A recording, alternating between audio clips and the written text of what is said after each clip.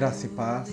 Chegamos no capítulo 24 de Êxodo, e esse capítulo é interessante porque nós podemos traçar um paralelo entre o capítulo 19 e o capítulo 24. O que há de interessante na relação desses dois capítulos é que no capítulo 19, Deus desce ao monte com toda a sua glória, com seu poder e de uma forma que expressa a sua santidade, especialmente na proibição de que qualquer pessoa se achegasse ao monte, podendo crianças ou animais ou adultos morrerem fulminados por causa da glória e da santidade de Deus. Isso no capítulo 19.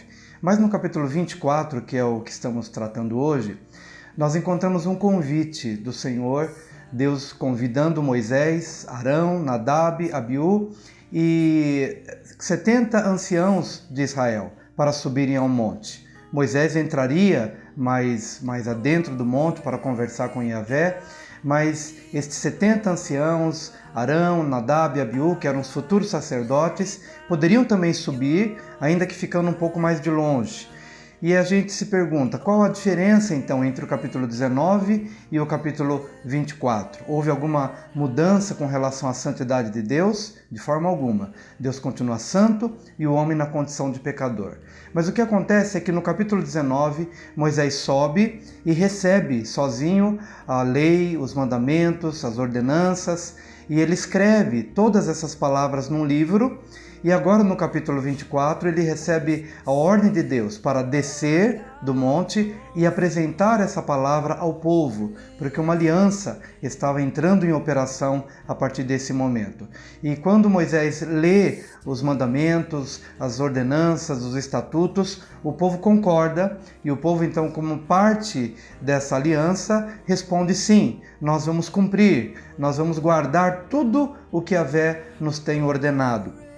E por conta dessa aceitação do povo, a palavra de Deus, a palavra que vinha de uma maneira forte para dirigir o povo e dirigir a humanidade no que diz respeito ao caminho que se deve andar, esse povo diz sim a essa palavra, e então Moisés, ao pé do monte, ele levanta um altar, ele levanta 12 colunas, representando as 12 tribos de Israel, ele ordena que alguns jovens ofereçam alguns sacrifícios a Deus. O sangue é aspergido desse sacrifício no altar, e quando Moisés então abre esse livro com os escritos que ele havia conseguido no cume do monte, e que o povo então reafirma o seu desejo de cumprir a palavra de Deus, então o sangue que já tinha sido aspergido no altar é também aspergido sobre o povo, representando ali uma aliança que está sendo feita entre as duas partes, um Deus santo e um povo pecador, mas que por meio do sacrifício esse povo se torna mais próximo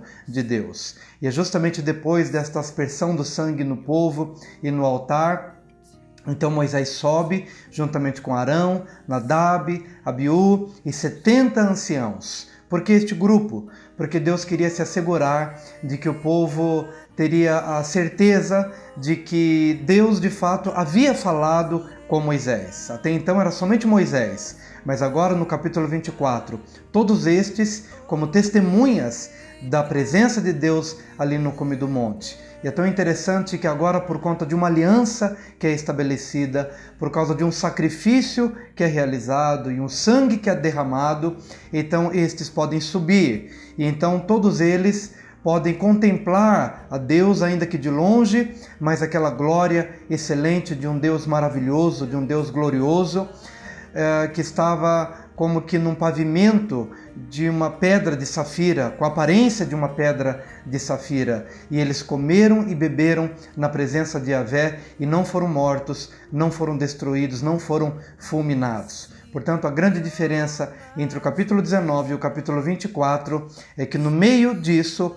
há uma palavra e há uma aliança que é estabelecida. Qual a palavra de Deus para a nossa vida hoje? É que nós não somos fulminados pela glória de Deus, porque uma aliança foi feita e uma aliança de sangue. O Senhor Jesus Cristo deu a sua vida por nós, o seu sangue foi aspergido em nosso coração, em nossa vida, no altar de Deus, no altar da adoração. Este sangue foi aspergido, permitindo que cada um de nós, agora uma vez nascidos de novo, por meio do sacrifício de Jesus Cristo, todos nós hoje pudéssemos nos achegar à presença do Pai. E nesta presença podemos comer e beber, podemos ser chamados para fazermos parte de uma única família, tendo o nosso Pai Celestial sobre as nossas vidas. Se você ainda não entrou em aliança com este Deus tremendo, que é o único Deus, então hoje eu quero te convidar a receber Jesus Cristo como Senhor e Salvador da sua vida, para que este sacrifício de Cristo na cruz do Calvário possa também alcançar a sua vida e lhe chamar para a mesa da comunhão com o Pai. Receba mais esta palavra e mais um dia de reflexão em nome de Jesus.